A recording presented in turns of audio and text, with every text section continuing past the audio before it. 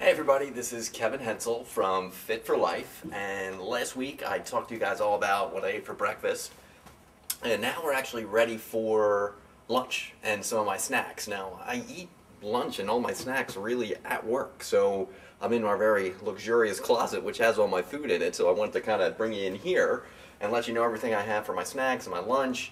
Now, because I eat so early, which I think you saw last time, I usually eat around 4 a.m., so my first snack is like around 8:30, 9 o'clock. That's when I'm usually getting my first snack. And because I'm at work, I don't have a lot of room to prep and have vegetables and all that kind of crazy stuff. Though we do have a little fridge right back here, so I can carry some small things. But just check out what I normally have for my first snack, which is usually at around 8:30, 9 o'clock is when I'm sneaking in for my first snack. What I always have a whole bunch of these little string cheese, which I love these little things. They're quick, they're easy, they're portable. They do need to be refrigerated. But what's great about them is a quick little protein source. They're really tasty, and I usually have this. This usually has 6 grams of protein, so it's a nice protein source. It does have a nice mixture of fat, but there's kind of missing some carbohydrates. So what I usually do to mix this in with these is I have a whole bunch of fruit, which you'll see. Bring this out. Got a whole bunch of fruit in here, so I always have a pear, a couple apples. I have to have things that are quick and easy, that are portable. So if I have to sneak out of the office, I have them there. So a cheese stick, piece of fruit, you're pretty covered. It's a great little snack. Getting another couple more hours later, getting into about the lunch zone around 12 o'clock or 1 o'clock, I need something a little bit more substantial. So I usually, once again, because really don't have a lot of food that I can have here and prepare, I usually have a couple little sandwiches floating around. This is just a turkey, spinach, and Swiss cheese from Trader Joe's. It's a great little wrap. They have a whole bunch of little wraps at Trader Joe's, which I really like. And I like these because they're quick and they're portable, and they can fit into this little fridge. So it's a great little protein source. 29 grams of protein in this, which is great. And you can also, you can get a lot of little prepared wraps at Whole Foods. You can get them in just about any store, but you just want to be careful of the amount of sodium. You want to try to keep your sodium below about 500 or 600 milligrams for a little wrap like this, because they can really douse a little bit of salt on these particular foods, especially when they're hopefully going to last a few days. So sometimes they overdo it with the sodium, so you just have to keep your eye on it. And once again, I'll usually have another piece of fruit, which you already saw. I got my pears and my apples and all my other good stuff. And usually, because I know I don't get enough of my veggies in, a great little tool is just to have, get a little stir-fry bag, like just raw vegetables. This one has broccoli and carrots and cauliflower in it, so I'll just have a bunch of these with my sandwich, and I'll just grab a big handful and munch on those. And a nice way to add a little protein source to that is to have it with hummus, which is just ground up chickpeas or garbanzo beans, whichever word you want to use terminology-wise. And to tell you the truth, it tastes great. It has a nice little protein punch. So a little hummus, I like a little roasted red pepper hummus. There's a lot of different brands and varieties, but as you can tell, I'm a big fan of Trader Joe's because it's a little inexpensive. And it's really accessible, the store, so I love them. We also have one just down the street here, and if you don't have one, God bless you, I wish you did. But Whole Foods has them, Wegmans, and all the other major supermarkets will have some good hummus choices. If you like garlic, they're usually, in a traditional plain sense, they're going to be garlicky. But I like the roasted red pepper because it gives it a little punch, a little chipotle hot pepper, which is nice. Now, there's one lunch that I love that I want to tell you guys about that I have. It's kind of a little secret that I have, and everybody should be eating some form of oatmeal. Now, oatmeal, most people say, oh yeah, I get the instant oatmeal, which is kind of almost like Frosted Flakes because of the sugar content and because it's been so processed.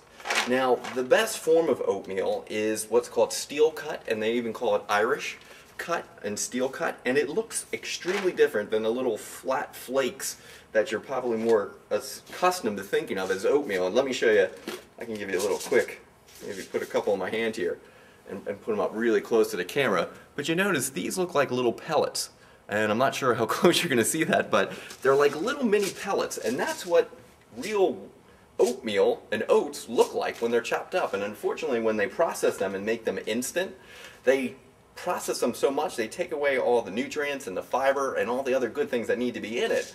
So unfortunately, most people don't get steel cut oatmeal, they get the instant because you put a little hot water in it, it's ready in 2 minutes. But what a cool little trick about some of these steel cut is it does, if you're going to cook them, it takes a little bit longer to prepare them, that's for sure.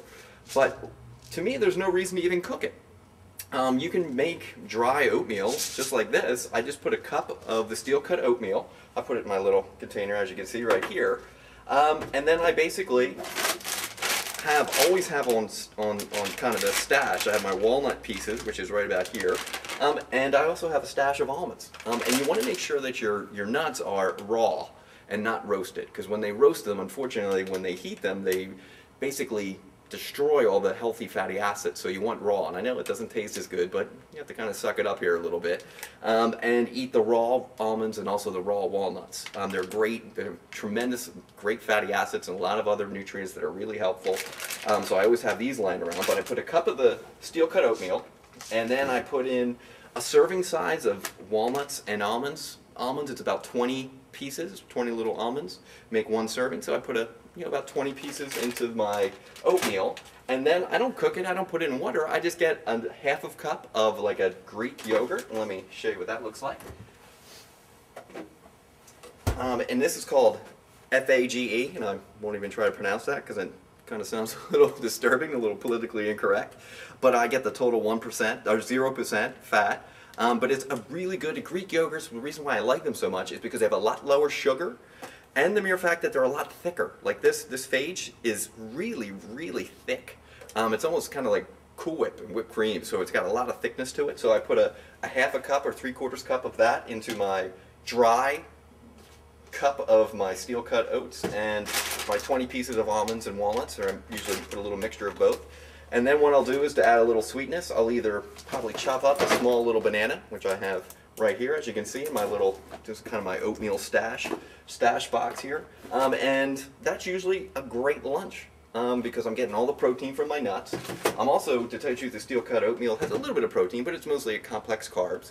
And also the yogurt has a little bit of protein in it as well, which is great. So, and also what's great about these Greek yogurts, they're not so sweet, and this is unflavored, plain. It's not so sweet. It does have kind of a nice little bitter taste to it, which I kind of like. So, and if you can get any kind of like a Greek yogurt, these are really, really good. And I just really like this brand because it's really thick and almost makes you feel like you're having whipped cream, so because it tastes really good as well, and it doesn't need to have any sugar in it. And just to give you the heads up on what's in it exactly, in 1 cup there's 20 grams of protein in this, which is really high. And sugar-wise, there's only 9 grams of sugar in this, and I guarantee if you got more a traditional American yogurt, it's probably going to be like closer to 20 grams of sugar. So this is a really awesome yogurt. So I really like this. And I like the 0% just because it has less fat, which is a good thing. I'm trying to think of some other goodies.